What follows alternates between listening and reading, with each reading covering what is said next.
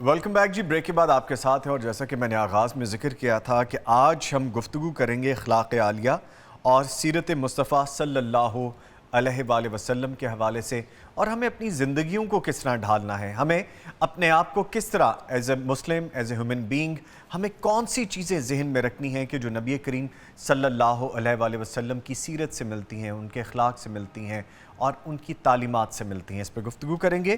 میرے ساتھ اسٹوڈیوز میں موجود ہیں میاں عتیق الرحمان صاحب، جو کہ ریسرچر ہیں، اسکالر ہیں پیغام ٹیلی ویژن کے. میاں صاحب السلام علیکم. وعلیکم السلام. کیسے ہیں آپ؟ خیریت سے؟ اللہ کا بڑا احسان. ماشاءاللہ ماشاءاللہ. ان کے ساتھ موجود ہیں جی نعمان فاروقی صاحب، ریسرچر ہیں، اسکالر ہیں، پیغام ٹیلی ویژن سے وابستہ ہیں. ان کو بھی ویلکم کریں گے. نعمان صاحب کیسے ہیں آپ؟ الحمدللہ. آپ کی طبیعت ٹھیک ہے سر؟ اللہ کا بہت شکر. ماشاءاللہ. نسبت آج یہ بنی ہے کہ وائٹ اینڈ گرین اور ادھر وائٹ اینڈ بلو، تو اچھا کمبینیشن لگ رہا ہے ماشاءاللہ. چل اتفاقی ہے. ماشاءاللہ ماشاءاللہ. بلکہ وہ ابھی تو اشفاق صاحب ہمارے ساتھ جو بیک اینڈ پہ بیٹھے ہیں وہ بھی کہہ رہے تھے کہ نوجوانوں اچھے لگ رہے ہو، تو وہی جملہ میں بھی کہتا ہوں ماشاءاللہ خوبصورت. سیٹ میں بھی یہی کلر نظر آ رہے ہیں. ہاں جی، بس وہ ایک یونیکنیس سی تھی جو کہ اب بالکل ساتھ شامل ہوگی. آغاز کرتے ہیں جی گفتگو کا، اور میں آپ سے پہلے آغاز کرنا چاہوں گا سر کہ جیسے ہم بات کرتے ہیں تعلیمات کے حوالے سے، اخلاق کے حوالے سے بات کرتے ہیں، تو رسول کریم صلی اللہ علیہ وآلہ وسلم کی جو اخلاق عالیہ ہیں اور قرآن کریم کی جو عملی تفسیر تھے، وہ چلتا پھرتا قرآن کریم تھے. وہ اگر ہم نے قرآن کے بارے میں جاننا ہے تو ہم ادھر سے جان سکتے ہیں. تو یہاں سے آغاز کیجئے، پھر آگے بڑھتے ہیں. نحمدہ ونصلی ونسلم علی رسولہ الکریم. یہ جو بات چلی وہ حضرت عائشہ رضی اللہ تعالیٰ عنہ کی روایت ہے جی کہ ان کے پاس کچھ لوگ آئے، انہوں نے عرض کی کہ نبی کریم صلی اللہ علیہ وسلم کے اخلاق کیسے تھے. جی جی. دراصل اخلاق نا ایک بڑا جامع لفظ ہے جس کے اندر تمام قسم کی عادات، خصائل، اوصاف جو اچھے ہیں وہ سب آ جاتے ہیں. تو وہ پوچھنا چاہ رہے تھے کہ آپ کا طرز زندگی کیسا تھا، آپ کی عادات کیسی تھی، اطوار کیسے تھے، آپ گھر میں کیسے تھے، آپ باہر کیسے تھے. جی.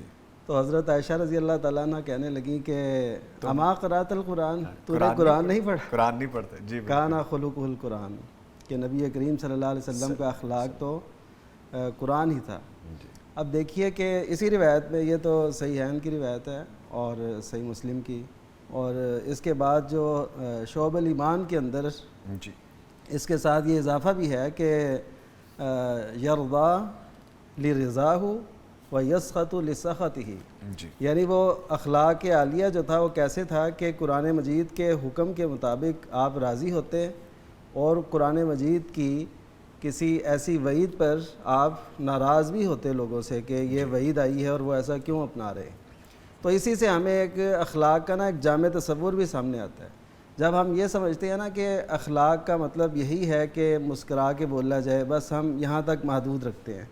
لیکن اس کے اندر یہ بھی ہے کہ اگر کہیں پہ ناراضگی والی بات ہے جس کا دین سے تعلق ایسا ہے کہ جو اللہ اور اس کے رسول نے پسند نہیں کیا، تو اس پہ ناراض ہونا یہ بھی اخلاق ہے، یہ بھی حسن اخلاق میں شامل ہوتا ہے. یعنی اس غلط کو غلط کہنا یہ بھی اخلاقیات میں شامل ہے. ٹھیک ہے. اور پھر جن سے غلطی ہوئی ہے ان کا اسے قبول کرنا یہ بھی اخلاق کے اندر شامل ہے. بیوٹیفل ماشاءاللہ. اچھا، یہ پوری تعلیم ہے. تعلیم ہے.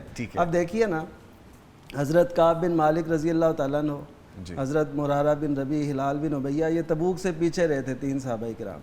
تو ان سے بائیکاٹ کیا گیا نبی کریم صلی اللہ علیہ وسلم کے حکم کے مطابق، سوشل بائیکاٹ، بات چیت، ملنا جلنا ختم کیا گیا تھا. تو اب انہوں نے دیکھیں اس چیز کو فیل نہیں کیا، بلکہ انہوں نے اپنی غلطی کو تسلیم کیا، نادم ہوئے، پشیماں ہوئے. تو پھر اللہ تعالیٰ نے وہ صورت ظاہر کر دی اور سورہ توبہ کی آیات اتاری کہ ان کی توبہ قبول کر لی گئی. تو اسی طرح نبی کریم صلی اللہ علیہ وسلم بعض اوقات اس انداز سے بھی اظہار فرماتے تھے کہ آپ نے ایک دن قیامت کا تذکرہ فرمایا، صحیح بخاری کی روایت ہے. تو آپ نے فرمایا کہ مجھ سے اب اس موقع پہ جو بھی کوئی پوچھے گا میں اسے اس کا جواب دوں گا. تو ایک صحابی تھے حضرت عبداللہ بن حذافہ سہمی رضی اللہ تعالیٰ عنہ، تو انہوں نے یہ بات کہہ دی کہ من ابی، کہ میرے والد کون ہیں. اب یہ بات نہ تو پوچھنے والی تھی اور نہ ہی نبی کریم صلی اللہ علیہ وسلم سے اس سے پوچھنے کا کوئی ایسا فائدہ تھا۔ تو اس نے جب یہ بات کہی ان صحابی نے، تو نبی کریم صلی اللہ علیہ وسلم کو اس بات سے غصہ آیا، تو آپ صلی اللہ علیہ وسلم نے بار بار اس بات کو دہرایا کہ مجھ سے پوچھ لو، مجھ سے پوچھ لو۔ حضرت عمر رضی اللہ تعالیٰ عنہ نے آپ کے چہرہ مبارک سے یہ چیز پہچانی اور دو زانو ہو کے بیٹھ گئے اور کہنے لگے رضینا باللہ ربًا، ہم اللہ کے رب ہونے پر، اسلام کے دین ہونے پر اور محمد صلی اللہ علیہ وسلم کے نبی ہونے پر راضی ہیں۔ تو پتہ یہ چلا کہ اخلاق میں یہ سب کچھ آتا ہے، یعنی جو قرآن کی تعلیمات ہیں، اور جہاں پہ انسان کو غصہ آنا ہے وہاں پہ غصہ آنا، جہاں پہ خاموش رہنا ہے وہاں پہ خاموش رہنا، جس سے جو رویہ ہے وہ اختیار کرنا۔ مثلا گھر میں ہے تو اس کو کیسے اخلاق کا حامل ہونا چاہیے۔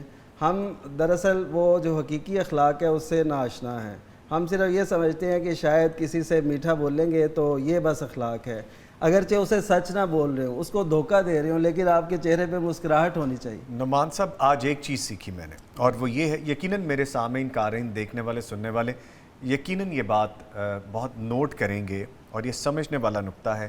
جیسے نعمان صاحب آج آپ نے سمجھایا کہ اخلاقیات صرف یہ نہیں ہے آپ کسی کو ہنس کے بات کر لیں، کسی کو ہنس کے جواب دے دیں۔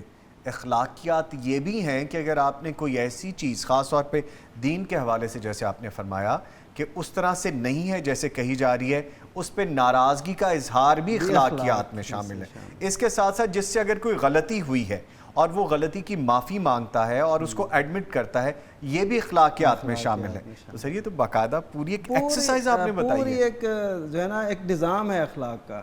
آپ اگر دیکھیں نا کسی بھی حدیث کی کتاب میں جو ائمہ کرام نے کتابیں لکھی ہیں اخلاق پہ، تو وہ ساری باتوں کو لاتے ہیں، ساری باتوں کو۔ مثلا یوسف قرضاوی رحمہ اللہ ابھی قریب ہی ایک بہت بڑے جو فقیہ گزرے ہیں، قریب ہی ان کی وفات ہوئی ہے، تو انہوں نے اخلاق الاسلام کے نام سے کتاب لکھی کہ اسلام کے اخلاق کیا ہیں، کتنے ہیں، اور اس میں وہ ساری چیزیں لائے جو بھی اچھی صفت ہے وہ حسن اخلاق ہے، جو بری صفت ہے وہ سوء اخلاق ہے، تو انہوں نے پوری تفصیل اس کی بیان کی۔ ٹھیک ہے، میاں صاحب ہماری گفتگو سن رہے ہیں، سر میں ڈیفینیٹلی آپ کی جانب دوبارہ واپس آؤں گا۔ میاں صاحب جیسے ابھی بات کی نعمان صاحب نے، ایک چیز نئی سمجھ لگی کہ اخلاقیات لفظ اپنے اندر کیا کیا سموئے ہوئے ہیں۔ اسی طرح سے میں یہ چاہوں گا کہ نبی کریم صلی اللہ علیہ وآلہ وسلم کے حوالے سے جیسے ہم گفتگو کریں گے کہ اخلاق عالیہ ان کے کیسے تھے، اور پھر اچھے اخلاق کی اہمیت اور فضیلت جو ہے، کیونکہ نبی کریم نے تو اپنے دشمنوں کو بھی اپنے اخلاق عالیہ سے اپنا گرویدہ بنایا اور لوگ ان کے قریب آتے رہے، تو اس بارے میں بتائیے۔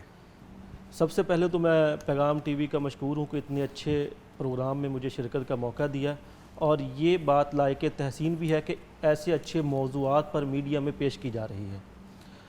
تو جہاں تک آپ کا سوال ہے کہ رسول کریم صلی اللہ علیہ وسلم کے اخلاق عالیہ کیسے تھے، تو اس پر رسول کریم صلی اللہ علیہ وسلم کے اخلاق کے حوالے سے جب ہم بات کرتے ہیں تو پھر ہمارے سامنے آپ علیہ الصلوۃ والسلام کی ایک ایسی ذات مبارکہ آتی ہے کہ جو مجسم اخلاق ہے، جو حسن اخلاق کی پیکر ہیں۔ آپ دیکھیں کہ رسول کریم صلی اللہ علیہ وسلم جزیرۃ العرب میں تشریف لائے تو اس وقت وہاں کیا صورتحال تھی؟ معمولی باتوں پر لڑنا جھگڑنا، اسی طرح پھر برائی کی وہ کون سی نوع تھی کہ جو وہاں موجود نہیں تھی، سب کچھ تھا۔ تو وہاں آ کے آپ نے اپنے حسن اخلاق کی ایسی چھاپ وہاں چھوڑی کہ وہ لوگ آپ کے ساتھ ملتے چلے گئے، اور یہی جو آپ کی نرمی تھی، حسن اخلاق تھا، اسی کو اللہ تعالیٰ نے قرآن کریم کے اندر بیان فرمایا کہ فَبِمَا رَحْمَةٍ مِّنَ اللَّهِ لِنْتَ لَهُمْ وَلَوْ كُنْتَ فَظًّا غَلِيظَ الْقَلْبِ لَانفَضُّوا مِنْ حَوْلِكَ، کہ آپ علیہ الصلوۃ والسلام کی یہ جو نرم دلی ہے، جو آپ کا حسن اخلاق ہے، یہ ہے کہ جس نے لوگوں کو آپ کے ساتھ جوڑ دیا ہے، اور اگر آپ ترش روئی یعنی سختی برتتے تو یہ سارے کے سارے آپ سے دور ہو جاتے، یعنی پھر آپ کے ساتھ کوئی منسلک نہ ہوتا۔ تو آپ نے وہاں حسن اخلاق کے ذریعے ایک بہترین ایسے کہہ لیں کہ تبدیلی پیدا کر دی ان کے اندر۔ وہ جو برائیوں کے اندر غرق لوگ تھے وہ حسن اخلاق کے ایک منبع اور محور بن گئے، ان کے اندر صداقت، سخاوت اور اسی طرح کی جتنی اچھائیاں آپ کہہ لیں وہ اتنی یعنی کہ ان کے اندر آ گئی کہ اللہ رب العالمین نے قرآن کریم میں ان کے پھر یعنی جو آپ علیہ السلام کے شاگرد تھے، صحابہ تھے جنہوں نے آپ سے سیکھا تھا یہ سارا اخلاق، ان کے ایمان کو معیار ایمان قرار دیا کہ جس طرح ان کا ایمان، جس طرح ان کا اخلاق، جس طرح ان کا آپ علیہ السلام کے ساتھ تعلق تھا، تم بھی اس طرح کرو گے، تم بھی اس طرح ایمان کے درجے پر پہنچے گے تو پھر قبول ہوگا، تو پھر تم ہدایت یافتہ بنو گے۔ اور پھر رسول کریم صلی اللہ علیہ وسلم نے اخلاق کی بہت زیادہ اہمیت بیان کی۔ آپ نے فرمایا کہ تم میں سے بہترین لوگ وہ ہیں کہ جن کا اخلاق اچھا ہے، اور اسی طرح کامل ایمان والا وہ ہے کہ جس کا اخلاق اچھا ہے۔ اور پھر نبی کریم صلی اللہ علیہ وسلم کا ایک فرمان یہ بھی ہے کہ جنت میں جو جائیں گے لوگ، ان میں دو طرح کے لوگ سب سے زیادہ آگے ہوں گے، ایک وہ جو اللہ سے ڈرنے والے اور دوسرا حسن اخلاق والے۔ اور آپ علیہ السلام کا ہی فرمان ہے کہ جنت میں میرے قریب جو لوگ ہوں گے وہ ہوں گے جن کا اخلاق اچھا ہے۔ تو یہ سارے کے سارے اخلاق کے فضائل ہیں کہ جس کے اندر حسن اخلاق ہو وہ لوگ بھی اس کے ساتھ کھینچے چلے آتے ہیں، اور پھر اسی طرح وہ تبدیلی بھی پیدا کر سکتا ہے، اور پھر وہ اس سارے اجر کا مستحق ٹھہرتا ہے۔ کئی عبادات سے، نفلی عبادات سے افضل اخلاق کو قرار دیا گیا ہے۔ تو یہ ساری نبی کریم صلی اللہ علیہ وسلم کی تعلیمات سے اور آپ کے اخلاق عالیہ سے ہمیں رہنمائی ملتی ہے۔ ٹھیک ہے، جیسے گفتگو کر رہے ہیں ابن میاں صاحب، تو نعمان صاحب یہ فرمائی کہ اچھا اخلاق اپنانے کے حوالے سے جو فرامین نبوی ہیں صلی اللہ علیہ وآلہ وسلم وہ کیا ہیں؟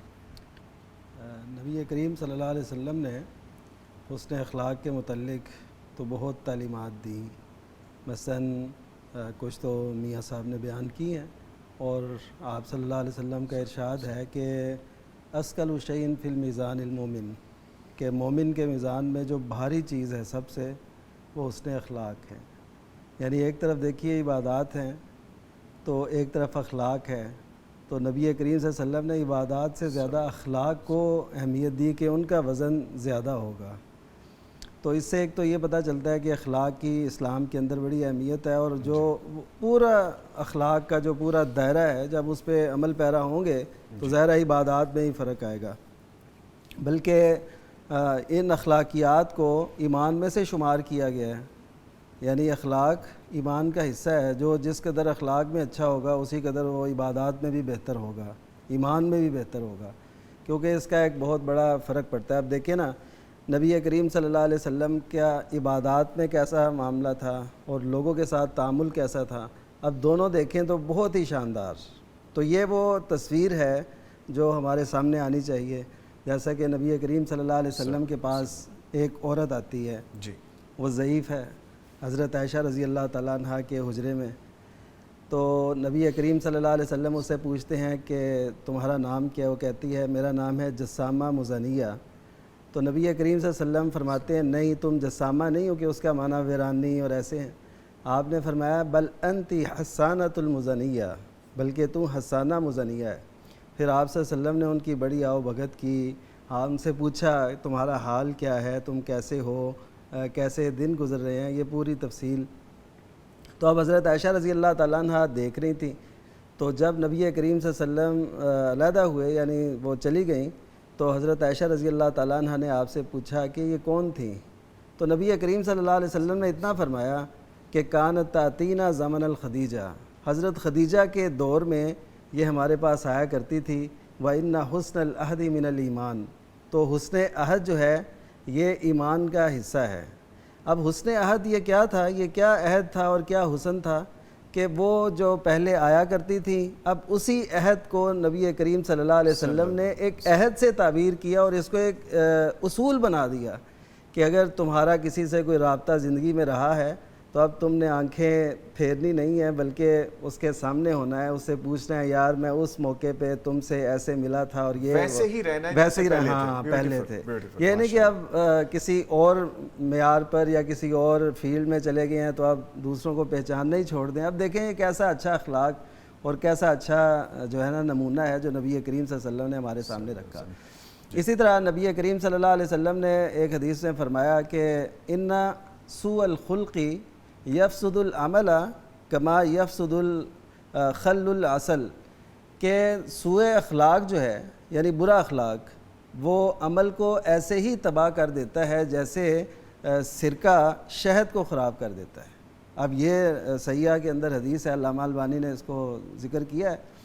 تو پتہ یہ چلا کہ اخلاق کا عمل پر ایک گہرا ایک تاثر ہوتا ہے. مثلا میں آپ سے عرض کرتا ہوں کہ اگر ہم کسی سے لڑ بھیڑ کے نماز پڑھنی شروع کر دیں گے کسی کو برا بھلا کہہ کے، تو وہ نماز میں کیا سرور آئے گا؟ بالکل نہیں. آپ کے ساتھ کھڑے لوگ ہوں، آپ کے دل ہی نہ ان سے مل رہے ہوں، آپ ان سے لڑے ہوئے ہوں، ناراض ہوں، تو پھر ان عبادات پہ اثر تو آئے گا. تو یہی نبی کریم صلی اللہ علیہ وسلم کے اس ارشاد کا مطلب ہے.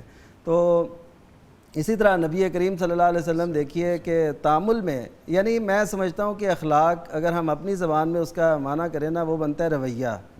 کہ آپ کا رویہ کس کے ساتھ کیسا ہونا چاہیے، یعنی گھر کے اندر، باہر، اساتذہ کے ساتھ، معاشرے کے ساتھ، لوگوں کے ساتھ. کلامی کی ایک چیز اور مجھے بتائیے کہ میں نے کہیں پڑھا کہ اگر آپ نے کسی کے ایمان کے بارے میں جاننا کتنا پختہ ہے، کتنا کاربند ہے، تو آپ اس کو وضو کرتا دیکھیے، وہ کتنے خشوع و خضوع سے کرتا ہے یا جو بھی وہ. خیر آپ اس کے بارے میں مجھے بہتر بتا سکتے ہیں یہ بات کس حد تک صداقت ہے یا نہیں.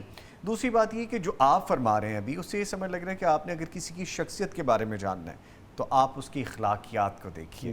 تو یہ دونوں چیزیں بڑی واضح ہوتی ہیں، تو یہ واضح کر دیجئے، پھر مجھے ذرا میاں صاحب کی جانب جانا ہے.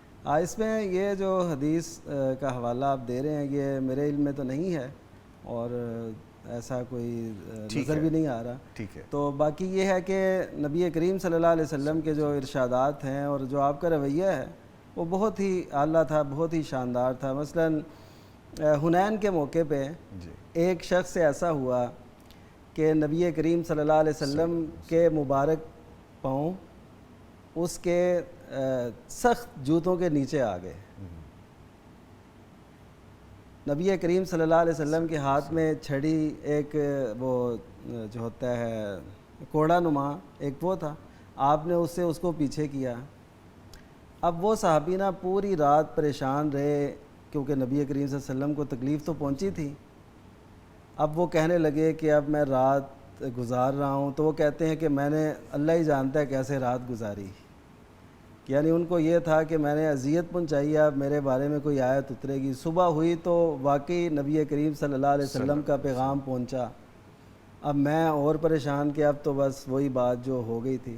اب نبی کریم صلی اللہ علیہ وسلم کی خدمت میں حاضر ہوتے ہیں تو آپ فرماتے ہیں کہ کل جو تم نے مجھے تکلیف دی تھی اور میں نے تمہیں پیچھے کیا تھا اپنے اس جو ہے کوڑے سے، تو اس کی وجہ سے جو تمہیں تکلیف پہنچی، اللہ تو اکبر، اس کی وجہ سے یہ 80 بکریاں، 80 بھیڑیں یہ تم لے جاؤ، یہ تمہاری ہوئیں. اللہ اکبر، اللہ اکبر، اللہ اکبر. اب یہ آپ ہے اندازہ اخلاق. کریے، آپ اندازہ کیجئے کہ ہمارے ہاں ایسا کوئی ہو جائے ادھر کسی سے تو وہ تو تصور بھی نہیں ہے. وہ اس کا کہے گا مطلب یہ ہے، اس کا سوری نعمان صاحب، اس کا مطلب یہ ہے کہ ہم وہ تعلیمات پڑھتے ہی نہیں ہیں، ہم وہ تعلیمات سمجھتے ہی نہیں ہیں میاں صاحب. اس کا مطلب یہ ہے کہ ہم نے اگر پڑھا بھی ہے تو ہم نے صرف پڑھنے کے لیے اس کو دیکھا ضرور، سنا ضرور، عمل ہم نے نہیں کیا.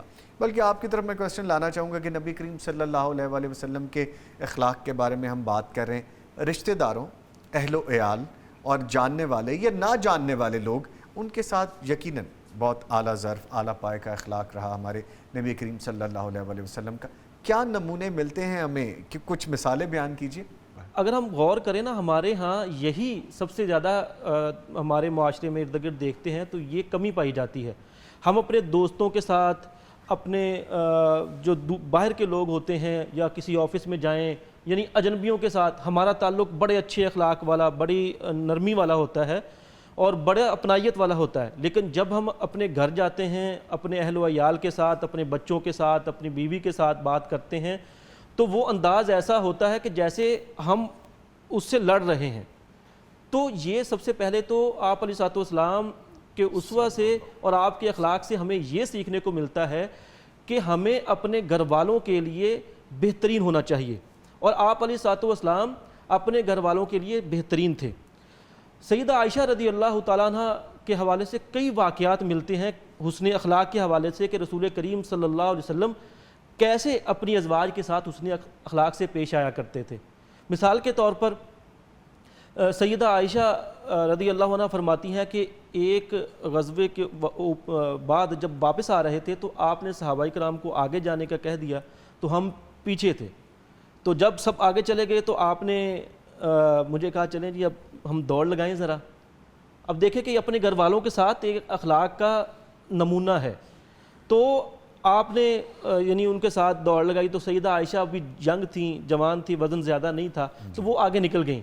اچھا پھر ایسا ہی موقع کسی اور غزوے کے موقع پر بھی بنا, تو اس وقت پھر آپ علیہ الصلوۃ والسلام نے صحابہ کرام کو آگے کر دیا, پیچھے رہے, تو پھر یہی جو ہے نا وہ اسی طرح دوڑ لگائی.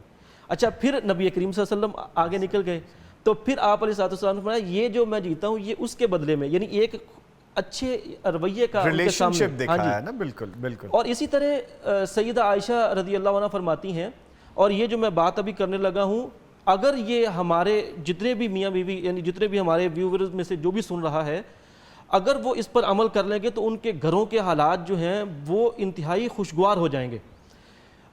سیدہ عائشہ کہتی ہیں رضی اللہ تعالیٰ عنہ کہ ایک بار میں کوئی چیز پی رہی تھی, تو آپ علیہ الصلوۃ والسلام تشریف لائے, دیکھا کہ میں پی رہی ہوں, شاید دودھ تھا یا پانی تھا.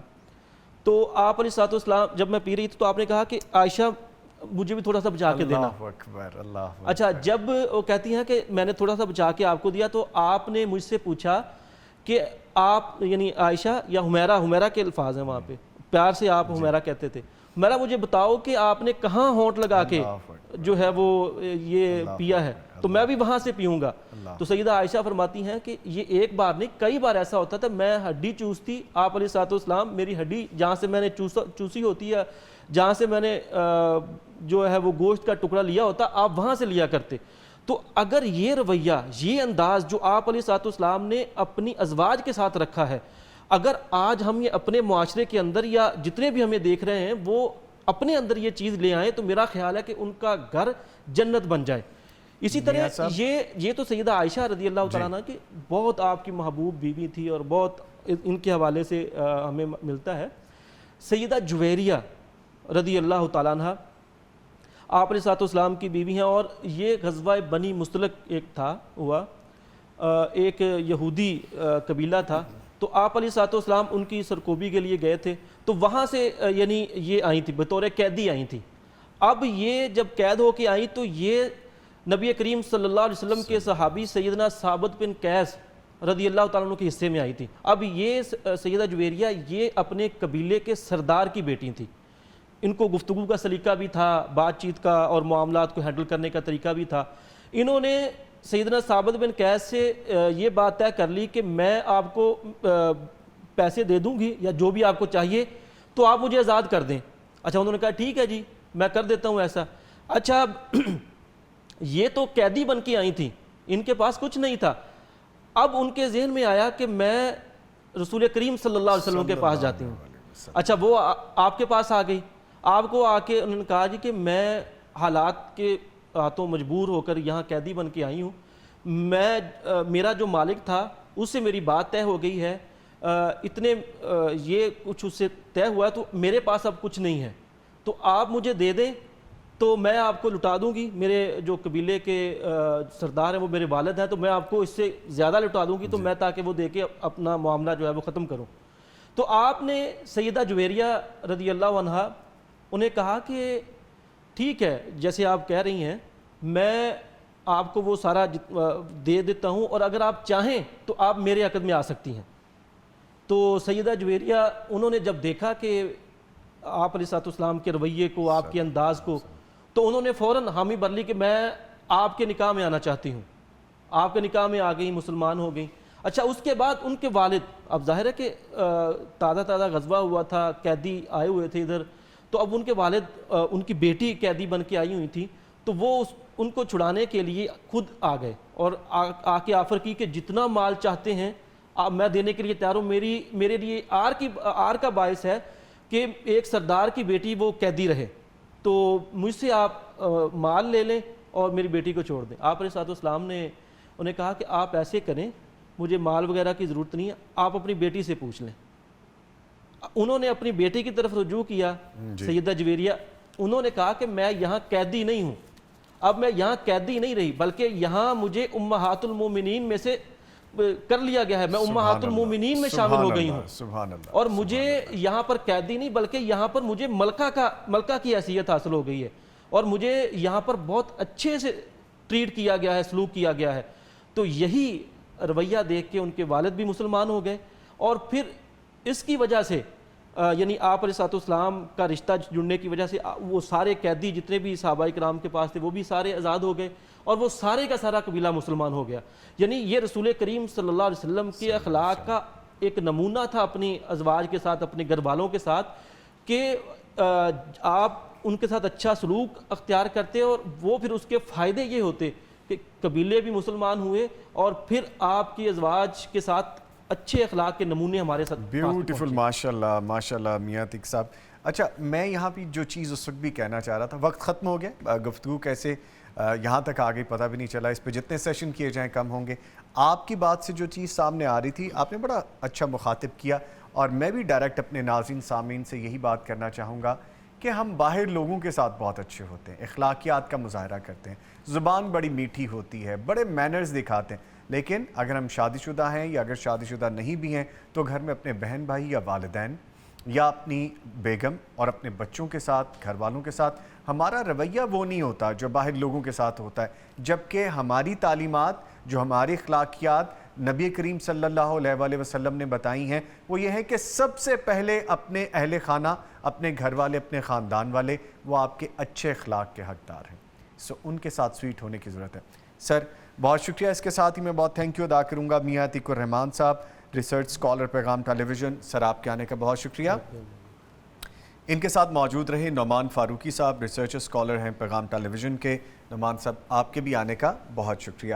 معذرت میں اس لیے آپ سے کرنا چاہوں گا کہ وقت کم تھا, اور ٹاپک ہمارا ایسا تھا کہ جس پہ ساری زندگی بھی بات کرتے رہیں تو کبھی کمپلیٹ نہیں ہو پائے گا, لیکن اپنی سی جتنی بھی صحیح کر سکے وہ ہم نے کی ہے. آپ کا آنے کا once again thank you very much.